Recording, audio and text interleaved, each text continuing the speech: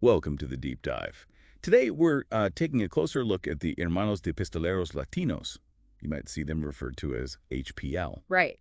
And we've pulled together info from, well, quite a few places. Government sources like the DOJ, the FBI, also news reports, Business Insider, BBC News, some local stuff too. Yeah, Texas and Mexico newspapers, so quite a range. Exactly. And our mission here really is to just boil it down, get to the core of the HPL, where they came from, what they actually do, how they're set up, and how they've changed over the years. Kind of give you the essentials without you having to wade through all the documents yourself. That's the idea, a solid understanding. Okay, so let's jump in at the beginning then. Origins. Our sources say, what, early 1980s? Yep, early 80s. And interestingly, founded inside the Texas Department of Criminal Justice. Not on the streets. That's significant, isn't it? What does that usually tell us?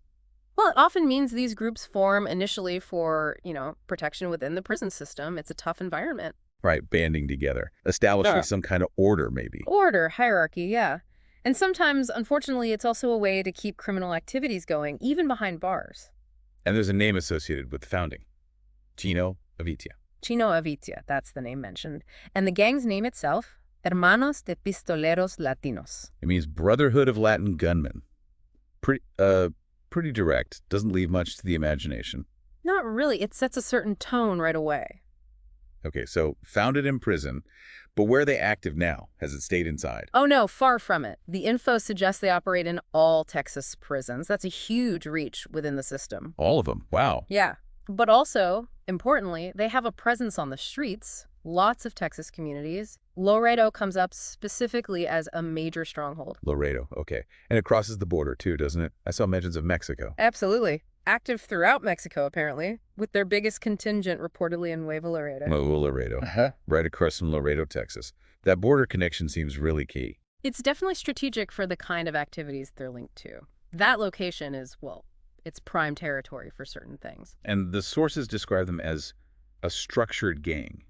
What does that imply, usually? Structured suggests, more than just a loose collection of people. It points towards maybe a defined hierarchy, rules, specific roles. A level of organization, then, not just random. Exactly. And size-wise, we're looking at estimates of around 1,000 members. 1,000. Okay, so not insignificant. A structured group, cross-border, prison, and street presence. So the next logical question is, what are they actually doing? What are their main activities, according to the sources? It seems pretty clear on this point. Drug trafficking. That's listed as the main focus. Right. Specifically trafficking large amounts, big quantities of cocaine and marijuana. Moving it from Mexico into the U.S. for distribution. Uh-huh.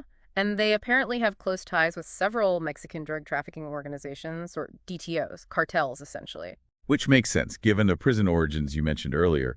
Those networks could start forming inside, couldn't they? It's definitely plausible. Prison can be like a networking hub, unfortunately. People meet, alliances form, and those connections can then extend outside. Yeah, or needing outside help for things happening inside could build those bridges, too. Exactly. So it paints this picture of a group really embedded in that whole international drug trade. But it hasn't all been smooth sailing for them internally, has it? There's a whole section about their history getting complicated. Yes, things got interesting in the 1990s. They apparently started growing quite a bit, recruiting heavily outside their original turf in the Rio Grande Valley. Where from? Places like San Antonio and Houston are mentioned specifically. Okay, so bringing in new blood from different cities, you can imagine that might cause some friction. Definitely. Think about it. You have an established group, probably with its own culture, its own leaders, and then suddenly all these new guys come in from different areas. Maybe they didn't see eye to eye. Different ways of doing things. Yeah. Power struggles. That seems to be exactly what happened. The sources talk about resentment building up among the original Rio Grande Valley members towards these newer recruits. And it led to an actual split. A full split. The gang basically broke in two. Wow. What were the factions called? The originals, the Rio Grande Valley guys, they became known as the HPL 45s. And the newer members from San Antonio and Houston called themselves the 1612s. With HPL 45s and 1612s. Do we know what the numbers mean?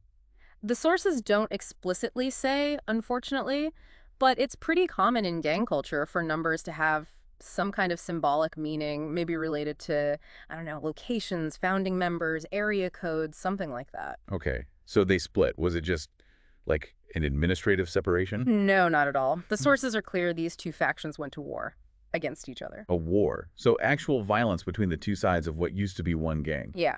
Pretty intense internal conflict. It really shows how deep those divisions must have run. That is dramatic. Especially for a group that started, for mutual protection in prison. It is. But then the story takes another twist. So, Despite this war, this split, they reunified in 1998.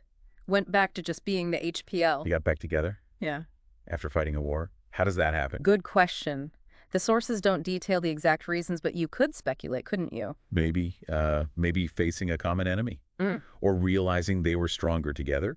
Maybe the leaders who were driving the conflict were gone. All plausible. Perhaps the practical benefits of unity, especially for their business activities, outweighed the old resentments. Or maybe new leadership just managed to broker peace. It's fascinating, though, that cycle of splitting apart and coming back together. It really is. It suggests that even with major internal strife, that core identity or maybe just the pragmatic needs of the organization can eventually pull a group back together. And the sources also point to some specific places that highlight their operations, right? We mentioned Laredo already. Yeah, Laredo is repeatedly flagged as a key base for them in Texas. And across the border. Nuevo Laredo, that's where their largest Mexican presence is said to be. Really underlines that cross-border drug trafficking connection. Makes total sense geographic. Then there's also mention of them fighting for control of drug routes. Whereabouts? Key border areas. Places like Del Rio, Eagle Pass, Laredo again, and just the Rio Grande Valley more broadly. So, active competition. They're fighting other groups, presumably, for control of those valuable trafficking corridors. Seems that way. It paints a picture of a group that's not just trafficking, but actively battling for the territory needed to do that trafficking. Okay, so let's try and wrap this up. What are the big takeaways here about the HPL? Well, but I think first the origin story is key. Starting inside the Texas prison system back in the early 80s. Right. Then evolving into this structured gang. About 1,000 strong, the estimate says. Operating in prisons, but also very much on the streets in Texas and significantly across the border in Mexico, especially in Nuevo Laredo. Their main business. Yeah. Drug trafficking. Cocaine, marijuana, moving it north from Mexico. Yeah. And working with Mexican cartels. And don't forget that whole internal history, the growth, the split into the HPL 45s and the 1612s, the internal war. And then the reunification back under the HPL banner in '98. That's a really interesting dynamic. It really is. It covers the full life cycle almost, from prison routes to international operations and internal conflict and reconciliation. So we've traced this path from prison to the streets, across borders, deep into the drug trade, through conflict and back again. Which maybe leads us to a final thought for you, the listener, to chew on. Yeah. Given this cycle we saw with the HPL, the conflict, the reunification, what do you think are the underlying forces that drive that kind of thing in organized groups generally? Good question. Like, what pushes groups apart and then pulls them back together? Exactly. And maybe more specifically for HPL, how does that prison origin, that initial environment, potentially keep influencing how the gang evolves and structures itself, even decades later? Yeah, does that initial prison DNA ever really go away? Something to think about. Definitely gives you food for thought. Thanks for diving deep with us today.